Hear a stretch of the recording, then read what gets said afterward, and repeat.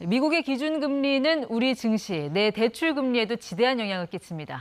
김광석 한국경제산업연구원 연구실장과 이 내용 좀 더 자세히 들어가 보도록 하겠습니다.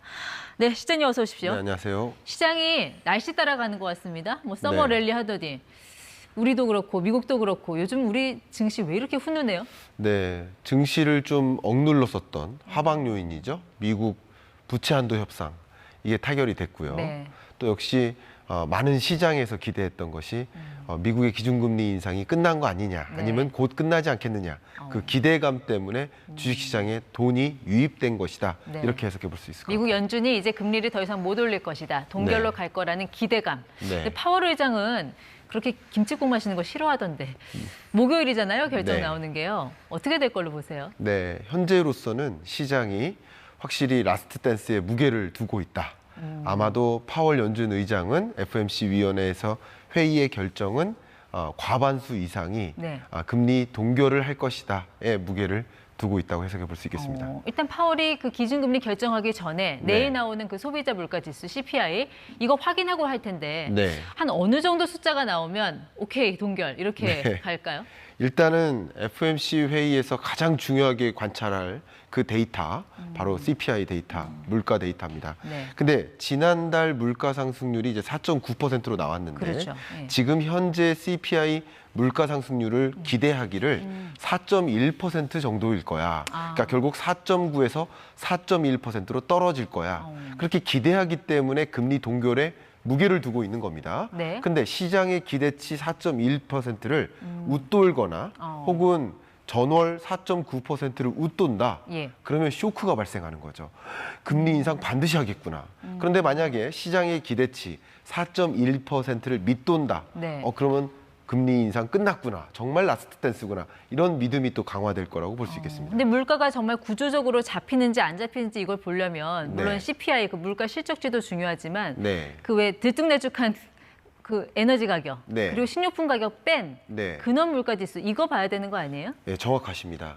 지금 물가 상승률이 4.9%까지 4%대까지 이 떨어진 이유 중에 하나가 바로 식료품 물가와 에너지 물가가 크게 떨어져서입니다.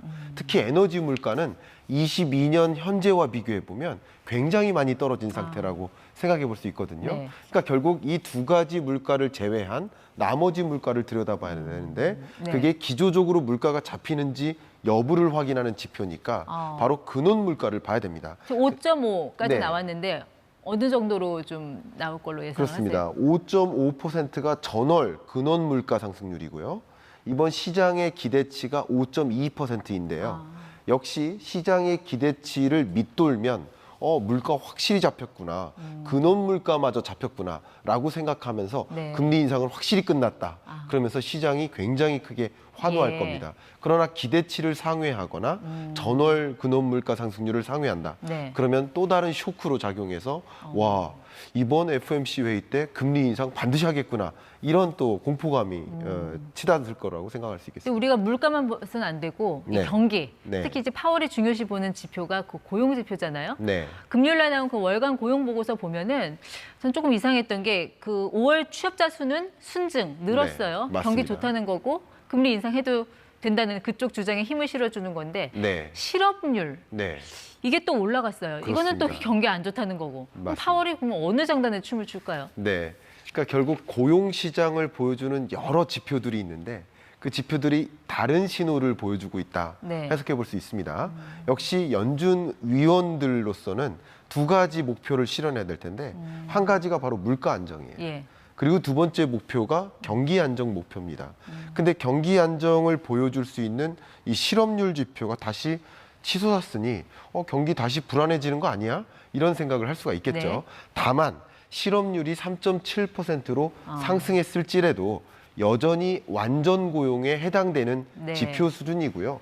또 임금 상승률이 4.3%로 어느 정도 안정화되는 것 같은데 네. 역시 이 부분도 경기는 괜찮아. 이 정도면 괜찮아. 이 정도면 괜찮으니 네. 물가 안정만을 위해서 금리 인상 추가적으로 해도 되지 않겠어? 하는 생각을 하는 경향성이 강하게 작용된다 해석해 볼 수 있겠습니다. 미국의 경제 규모에 비춰봤을 때 3% 정도 실업률이면 호경기다. 있다라고 볼 수 있다라는 말씀이시군요. 미국 거의 네. 역대급 실업률에 해당된다 볼 수 있겠습니다. 알겠습니다. 근데 그 판단이 중요할 것 같아요. 네. 그러니까 동결을 하더라도 그럼 여기서 이제 동결 안 하고 추가 금리 인상을 할 건지 말 건지. 네. 사실 캐나다, 호주 같은 경우도 동결하다가 갑자기 또 올려버렸잖아요. 그렇습니다. 미국이 연내에 추가 금리 인상 가능성은 없다고 보시나요? 어떻게 전망하세요? 추가적인 금리 인상 가능성은 당연히 있다라고 생각하고요. 역시 이번 FOMC 회의의 관전 포인트는 동결 인상 여부보다는 향후의 그 금리 인상 스탠스에 네. 있겠다. 동결한다 하더라도 추가적으로 인상이 가능하다라고 기자회견 때 얘기할 수가 있고요. 네. 또는 인상을 한다 하더라도 역시 추가 인상이 가능하다라는 식으로 이 제롬 파월 연준 의장은 기자회견을 통해서 의견을 피력할 거라고 보고 있습니다. 그렇기 때문에 그런 부분들이 얼마나 좀 네. 잠정적으로 예. 금리 인상 스탠스가 좀 끝나지 않겠나 그렇죠. 하는 그런 기대감이 얼마나 작용되느냐 네. 이게 굉장히 중요한 관전 포인트일 것 그러니까 같습니다. 동결도 같은 동결이 아니잖아요. 파월이 네. 어떤 말을 하느냐에 따라서 이게 맞습니다. 매파적 동결이냐 비둘기적인 동결이냐. 그렇습니다. 근데 어떤 걸로 이제 보시는 거예요? 네, 현재로서는 지금 여러 데이터를 보니까 동결의 무게를 둘 것이고 동결이지만 추가적인 금리 인상은 가능하다.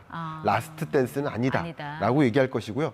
추가적인 금리 인상이 가능하다고 얘기를 해야 네. 이 기대 인플레이션을 더 추가적으로 자극하지 않아요. 다시 말하면 물가는 또 심리이기 때문에 네. 심리를 좀 억누르기 위해서라도 예. 추가적인 금리 인상이 있을 수 있다라고 이야기를 할 가능성이 높겠습니다. 그러니까 실장님 말씀을 토대로 네. 이 파월 의장의 속내를 정리하자면 가급적 동결할게. 네. 그러나 언제든 올릴 수 있어. 네. 하지만 인하는 크게 기대하지 마. 이 정도로. 23년 연내 기준금리 인하는 없다라고 네. 강하게 이야기할 것 같고요. 네. 특히 물가라는 목표치가 아직 2%에 부합하는 수준이 안 왔기 때문에 네. 23년 연내에도 2%에 부합하는 예. 그런 물가 상승률을 보기가 굉장히 힘들기 때문에 금리 인하를 할 것이다라고 네. 얘기하기는 굉장히 섭부른 기대감이다 이렇게 말씀드리겠습니다. 만약에 실장님 예상대로 된다면 네. 우리 증시에는 좀 어떤 영향이 있을까요? 당연히 물가가 물가도 어느 정도 잡히고 CPI가 그리고 기준금리 인상이 추가적으로 없다라고 한다면 시장이 굉장히 안도할 것입니다. 네. 그러니까 안도 랠리가 이어지는 거죠. 향후 통화 정책이 어떻게 될까라는 불확실성이 있었는데 그거마저 해소되면 상당히 주식시장에는 긍정적인 기운이 작용될 것이다 보고 있습니다. 네, 이번 주에 아무튼 미국, 유럽, 일본까지 한 20여 개 나라의 기준금리가 결정되는 주라서 네. 아무튼 투자자들은 좀 이렇게 돌다리 두드리고 건너듯이 지표 하나하나 확인하면서 대응을 해나가야 될 것 같네요. 네. 김광석 실장이었습니다. 고맙습니다. 감사합니다.